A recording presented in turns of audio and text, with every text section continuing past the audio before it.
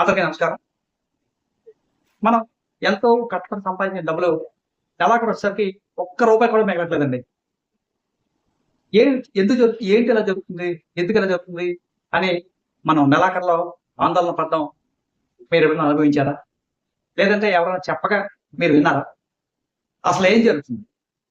మన ప్రగతిని మనమే అడ్డుకుంటున్నామా? లేకపోతే మన ప్రగతిని ఎవరో అడ్డుకుంటున్నారా? ఈరోజు ప్రముఖ వేదాంత పండితులైనటువంటి జైరావ్ గారు ఒక టైమ్స్ ఆఫ్ ఇండియాలో ఒక ఆర్టికల్ ప్రొడ్యూస్ చేశారండి. ఆ ఆర్టికల్ ఎడిటోరియల్ ఆర్టికల్ గా టైమ్స్ ఆఫ్ ఇండియాలో రావడం జరిగింది. ఆ ఆర్టికల్ పేరు ఏంటంటే ceiling glass with in not out side. అదృశ్య గోడలు మన మనమే సృష్టించుకుంటున్నాం. వాటిని ఎలా బద్దలు కొట్టాలా అనేది ఈరోజు ఈ వీడియోలో మీ అందరికీ తెలియజేస్తాం.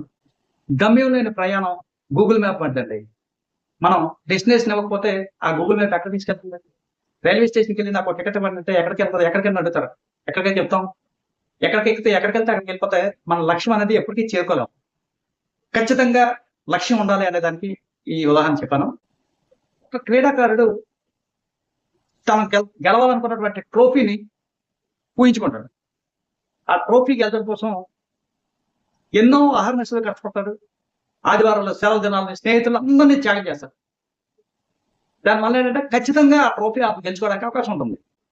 మళ్ళా చాలా మంది ఎలా అనుకుంటారంటే ఏదో రోజు వెళ్ళిపోదాం, అమ్మాయి వివాహం చేద్దాం అనుకుంటారు, కానీ ఖచ్చితమైన ప్లాన్ ఉండదండి.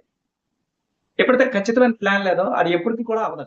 కేవలం డబ్బులు దాచాలి అనుకుంటే చాలదండి.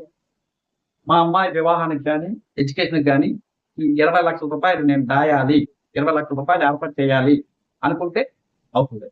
అలాగే నా రిటైర్మెంట్కి ప్రతి నెల ఒక 50,000 రూపాయలు వచ్చినట్టుగా నేను ఏర్పాటు చేసుకోవాలి అని ఎప్పుడైతే మన లక్ష్యం స్థిరపడిందో అప్పుడు మనం ముందుకు వెళ్ళడానికి అవకాశం ఉంటుంది. ఉదాహరణకి జెర్సీ మూవీలో సినీ యాక్టర్ నాని హీరో, తను ఏంటంటే ఎటువంటి లక్ష్యం లేకుండా జల్సాగా తిరుగుతుంటాడు ఫ్రెండ్స్ తోటి.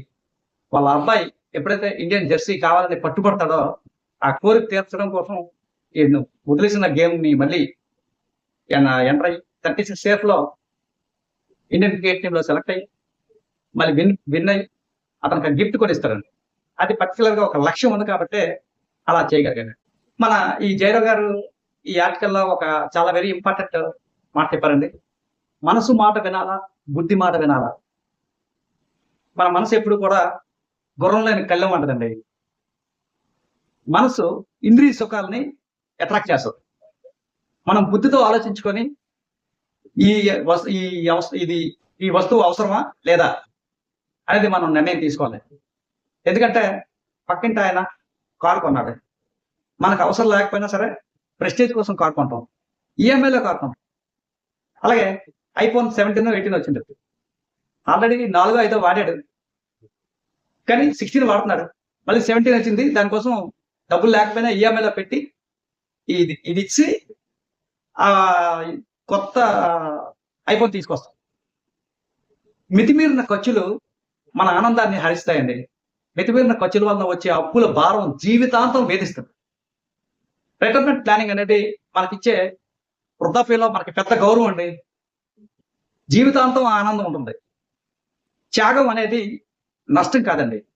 త్యాగం అనేది ఒక గొప్ప యజ్ఞం లాంటిది అనమాట. మన కుటుంబం కోసం మనం చెల్లించే ఇన్సూరెన్స్ ప్రీమియం ఎప్పుడూ భారంగా చూడకూడదు.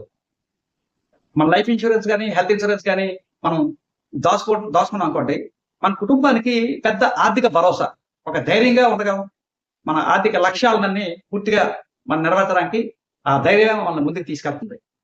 మిత్రులారా, అదృశ్య గోడలు ఎక్కడో లేవు, ఇవి మనమే సృష్టించుకున్న అడ్డుగోడలు. ఈ అదృశ్య గోడల నుంచి ఈ బద్దలు కొట్టి ఎంత వేగం త్వరగా వస్తే అంత మంచిదండి. మీరు చేయవలసినది మీ ఆర్థిక లక్ష్యాలన్నీ ఒక దగ్గర రాయండి. అనవసరమైన ఖర్చులు, బుద్ధితో ఆలోచించి అనవసరమైన ఖర్చులన్నీ తగ్గించండి. ఈ ప్రపంచంలో అన్ని తాత్కాలికమేనండి.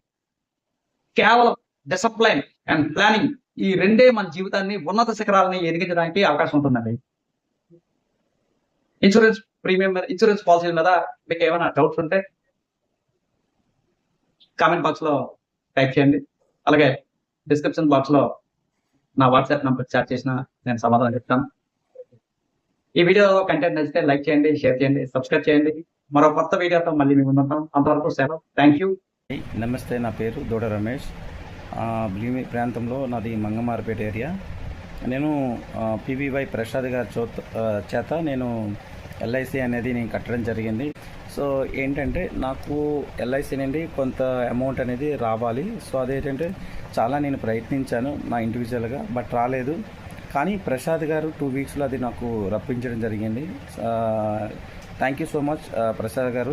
వితిన్ ది సెకండ్స్లో మనం ఏదైనా ఫోన్ చేస్తే కానీ రెస్పాండ్ అయ్యి వెంటనే అది వచ్చేంత వరకు కూడా తరువుగా ఆయన వాళ్ళని ఫాలోఅప్ చేయడం కూడా జరుగుతుంది. నిజంగా ఈ యొక్క సర్వీస్ అనేది నచ్చింది. Thank you so much sir.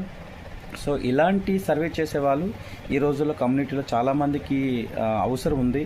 So నా తరపున అయితే నిజంగా నాకు చేశారు కాబట్టి చెప్తున్నాను.